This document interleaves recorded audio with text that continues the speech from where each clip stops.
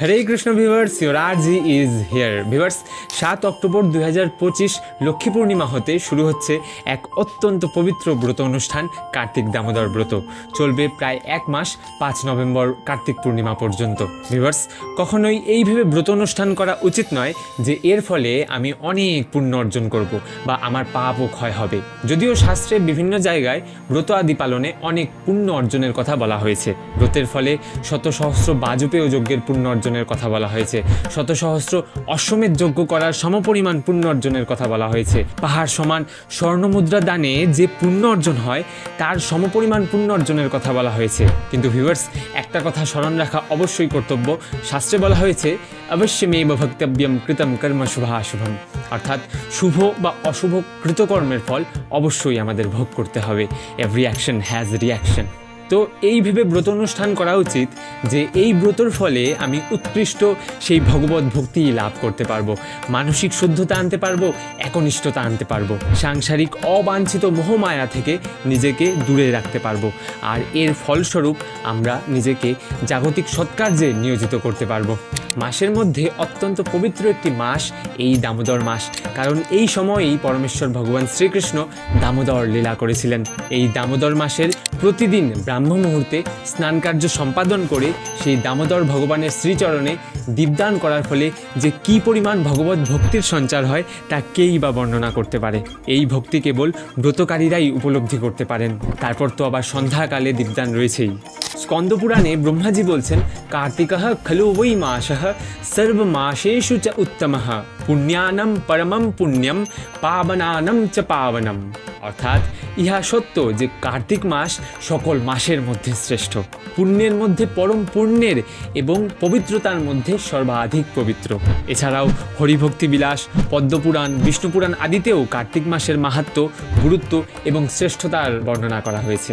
Viewers, সমগ্র দামোদর মাসব্যাপী ব্রাহ্ম মুহূর্তে অর্থাৎ সূর্য ওঠার আগে শয্যা ত্যাগ করে স্নান করা অত্যন্ত গুরুত্বপূর্ণ। পদ্মপুরাণে বলা হয়েছে, কার্তিক মাসে প্রাতঃস্নান করলে সকল তীর্থ স্নানের ফল লাভ হয় এবং এটি শরীরকে রোগমুক্ত করে।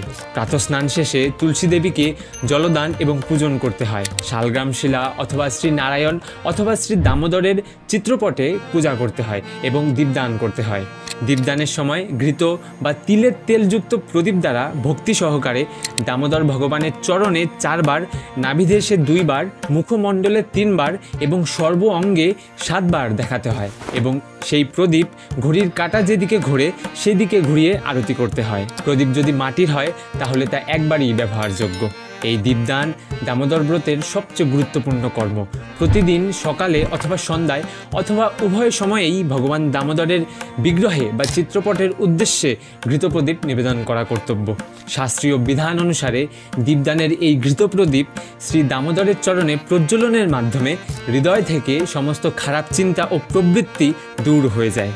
মানসিক শান্তি, একাগ্রতা ও উৎকৃষ্ট ভগবত ভক্তি লাভ হয়। শ্রী শ্রী হরিভক্তি বিলাসের ষোড়শ বিলাসে উল্লেখ করা হয়েছে যে দেবালয়ে বা মন্দিরে ভক্তিভাবে দীপদান, বাড়িতে দীপমালা সজ্জা এবং আকাশ প্রদীপ দান করলে ভগবান শ্রীহরির প্রীতিলাভ ও কৃপালাভ হয়।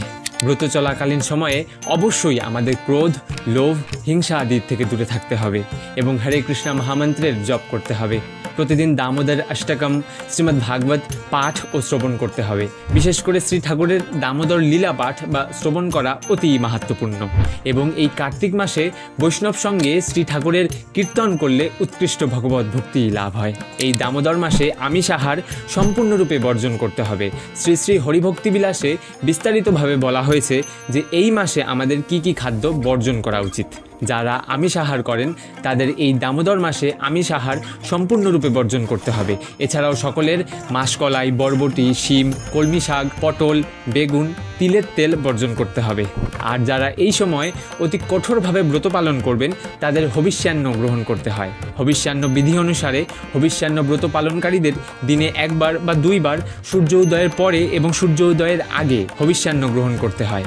হবিষ্যান্ন তৈরিতে আতপ চাল, ঘি, কাওন, শ্যামা চাল, সৈন্ধব লবণ, ননিযুক্ত গোদুগ্ধ, পাকা কলা, কাঁচা কলা, পেঁপে, আলু, লঙ্কা, গম এবং কম বীজযুক্ত ফল এ সকল ব্যবহার করা যেতে পারে।